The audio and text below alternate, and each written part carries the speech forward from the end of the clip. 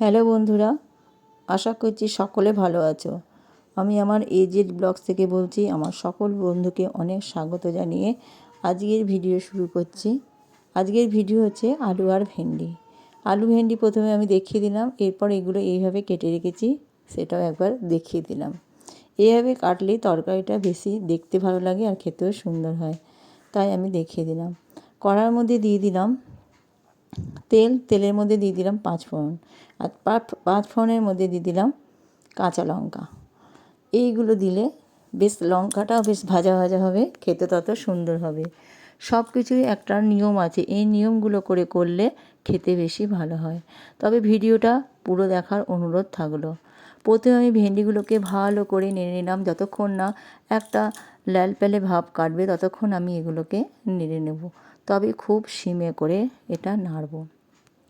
এখন আমি আলু দেব না, তাই সেই জন্য ভেন্ডিটা ভালো করে নেড়ে নিচ্ছি। ভেন্ডি বেশ হালকা হালকা করে দেখবেন, একটু হালকা লালচে ভাব থাকবে। আমার ভেন্ডি নাড়া হয়ে গেছে। এরপর দিয়ে দিলাম কেটে রাখা ছোট্ট ছোট্ট করে রাখা আলুগুলো। আলু আর ভেন্ডি দুটোই মশলা একবারই দিয়ে নিই। যাই হোক, এরপর এগুলোকে আমি সুন্দরভাবে নেড়ে নিচ্ছি।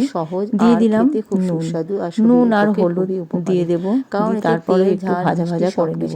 কারণ নুন থেকেও একটু জল বেরোয়, ততক্ষণ আমি কোনো জল দেবো না, ততক্ষণ নেড়ে যাব।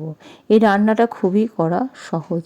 অবশ্য সবাই বলবে যে এই রান্নাটা আবার কেনা পারে, কিন্তু যারা পারে না তাদের পক্ষে খুবই কঠিন।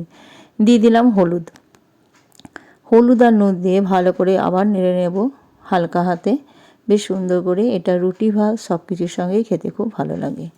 এরপর আমি দিয়ে দেবো সেদ্ধ হওয়ার জন্য জলটাও পরিমাণ মতো দেবো। বেশি জল দিলে ভেন্ডিগুলো একবারে গলে যাবে, দিয়ে ল্যালপ্যালে হয়ে যাবে, সেই জন্য খেতে ভালো লাগবে না। সেই জন্য আমি পরিমাণ করে জলটাও দেবো। সকলে ভাবে রান্নাটা খুবই সোজা, কিন্তু খুবই সোজা নয়, এটা বুঝে বুঝে করতে হবে। ব্যাস, এরপর আমি ঢাকা দিয়ে দিলাম। ঢাকা দিয়ে একটু আমি কিছুক্ষণ রেখে দেবো। ঢাকা দেওয়ার পরে আমি চলে এসেছি।